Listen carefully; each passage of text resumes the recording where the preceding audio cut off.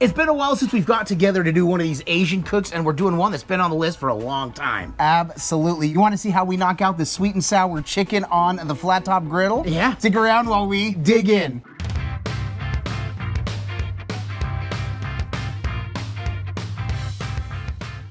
That's right, today we are bringing to you another Asian classic. Yes. I'm saying classic, one I've not yet done on the griddle that I've been dying to do. Yes. Oh, yeah, on only you. The griddle. Yeah, Brett doesn't care. He hates these dishes. He wonders why we even cook on the griddle anymore. He's just, why are we even doing this? He hates it. He told me. I did not. That's not true. We are super happy to do this one. Yep. You know, when I was younger, I used to not like these Asian dishes, specifically sweet and sour. I don't know what it was, and yet all of a sudden my palate matured, and I have loved these for 20 plus years, and sweet and sour is my go-to when I go out. That said, this isn't like when you go to like the takeout place where you get the sweet and sour on the side, that and bright, that radioactive sauce. Yeah, yeah, for real. And the thing is, we're not going to be tempura frying these, which is fine, the chicken. This is just a quick and easy way to do it on the griddle. Brett, get to the groceries though. But before we do, in case you didn't know, I'm Adam. I'm Brett. And we are the WALTWINS. Real quick, we got to come in and just mention we've got our cookbook forthcoming. The Epic Outdoor Griddle Cookbook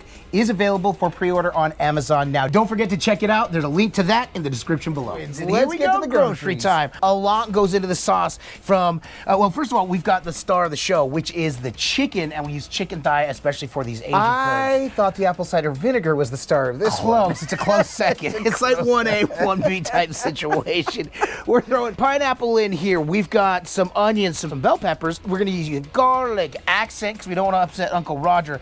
Some other things like ketchup, cornstarch, brown sugar, and these sauces, like you said, apple cider vinegar, and some pineapple juice, some things that will go into that. We'll walk you through that process. We're going to get the sauce going. As soon as the sauce starts cooking, and we're going to create a slurry. Correct. With the cornstarch and water. Yep. Toss that in the sauce. Yep. And get the sauce going. Once the sauce is going, we're going to toss the chicken in the cornstarch and then fry it up on the griddle. Let's get to the process so you can see how we do it. All right, so typically we would start with a slurry in a side bowl, but with everything here, as you can see, we don't have any additional bowls. And Brett accidentally packed 2 tablespoons of cornstarch. We only need 1. So what we're going to do is we're going to start with the water and then slowly add some cornstarch.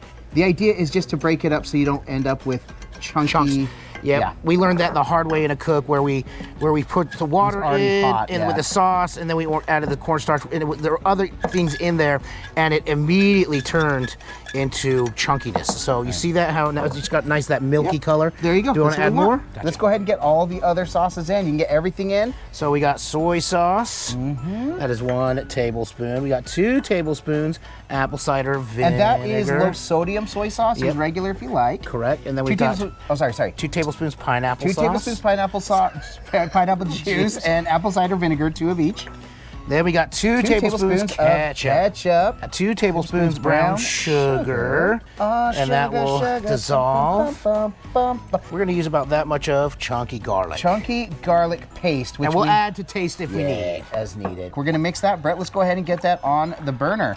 All right, so we had this on low. I'm turning it to medium, and then we want this to come up to a nice bubble. Just a bubble in the simmer. And when we say we're making a slurry, it's kind of like we want the consistency of like syrup. Yeah. So it's going to have like that thicker consistency. And if we don't get that as it starts to bubble, we'll add a little more of the cornstarch to it. We'll get the consistency we want, and then we'll add a little bit more slurry if we need. But Brett, we can go ahead and start getting the chicken ready. Yeah, we sure can. So I'm going to bring this burner up to about medium low, these 2 in fact, and then when it's, let's go ahead and get some oil on that, and the hope is that it slopes back that way. I think that's how we got it set up.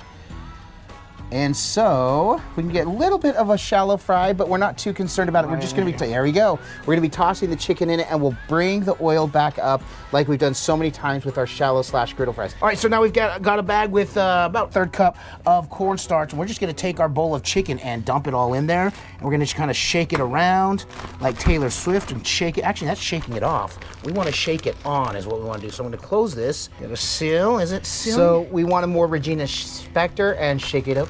Yeah, we want to shake it up. There you go. I like it. I like the Regina mention reference. Now we're just kind of waiting for the wisp of smoke to come up here. Brett, I think this is hard enough. Look, you can see the oil is moving. It is moving. Shaking and a moving and a grooving. And I'm trying to keep it, we wanted it back in that corner, but it's also sliding back here. So we're just keeping an eye on it is all. Go ahead and just put it on the oil right where I just did this. Nice. All right, so with that underway, we're gonna go ahead and get the veggies going. And I was gonna suggest some butter, but that is A-okay. Yes. All we're doing is gonna somewhat saute these up, and then when it's all good, we'll mix this all together, and then we'll toss it all in a little pot. I actually did bring a frying pan, so as soon as this is all ready, and that's just about thick enough that we could probably think about transferring it. A little salt and pepper on the veggies. And then, Brett, you could probably start tossing that chicken around. Get a little bit of accent too. Heck yeah. We already added a little accent to the chicken as well. Getting some of that really turning some good color. Yep. Some of it's not crisping up like we like, but Well, we had it on low, and so we had Correct. to crank it up a little bit. That's okay. All right, so we switched to our saucepan. I got a big one to hold all the chicken and these veggies. We're gonna start transferring some of the veggies in, and then we'll start transferring some of the chicken in as it finishes up. Go ahead and toss it in. This sauce is thick. You can see it's not moving. That was what we wanted. and we're not going to use a whole lot of these vegetables. We're just going to use some of the vegetables. Get that pop of color. There we go. And pineapple. Let's go ahead and toss on the griddle. Actually, add the pineapple to the sauce because we don't need to griddle that up. Yeah. Just toss. We'll toss. How much? There we go. That's good. There we go. We get this mixed up. Oh, man. I can't wait to add that chicken. That's what we're going to do, one at a time it. That's right. All right, we're going to pull this, get this going, and I'm just going to show some footage. We'll call this B-roll, Brett. Here we go. Let's just film this and get ready to eat it. Here we go.